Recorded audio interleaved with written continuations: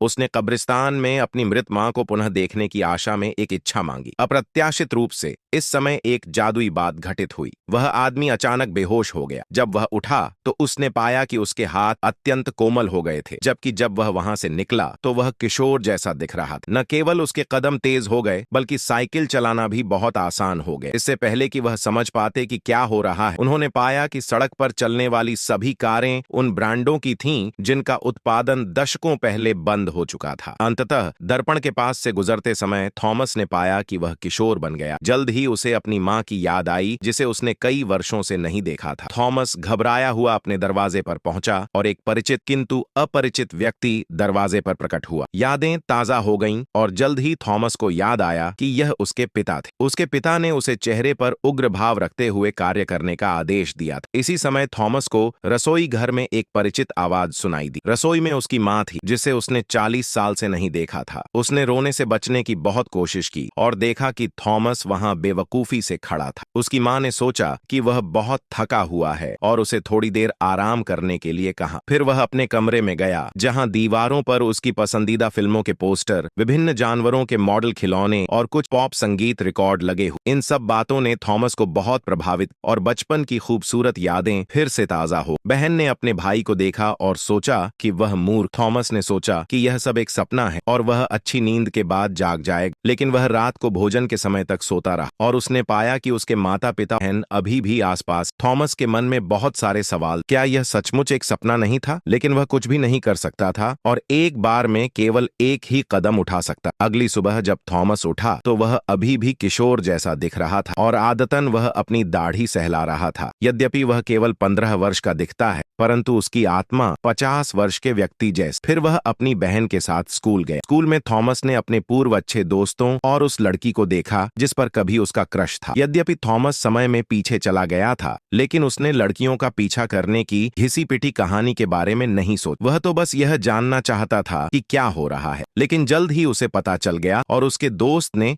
उसे स्कूल के बाद खेलने के लिए घर बुलाया। एक मित्र के घर पर थॉमस ने एक विज्ञान कथा उपन्यास देख, जिसमें एक ऐसे व्यक्ति के बारे में बताया गया था जो समय में पीछे चला गया। उपन्यास की पृष्ठभूमि के अनुसार व्यक्ति को अपना भाग्य बदलने के लिए समय में पीछे जाना पड़ता। समय में पीछे जाना पड़ा हो। उसने सोचा था कि इस साल कुछ बड़ा होगा।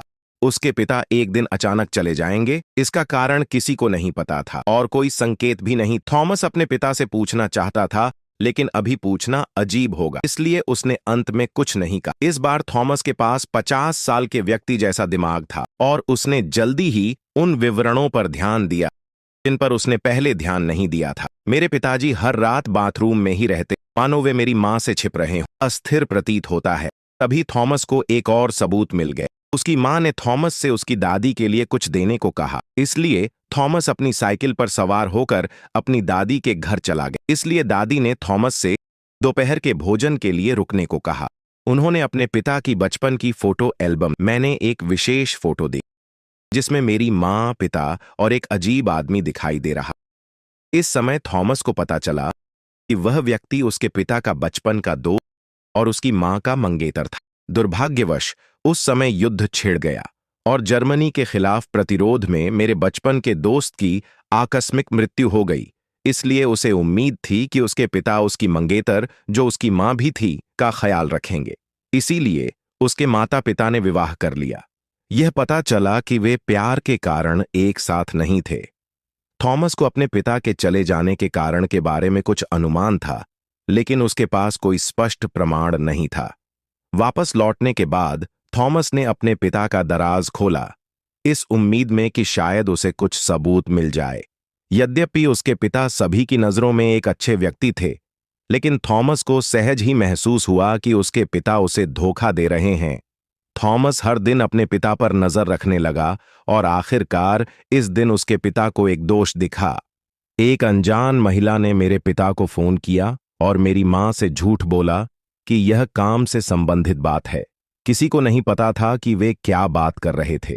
बाद में उनके पिता मछली पकड़ने जाना चाहते थे।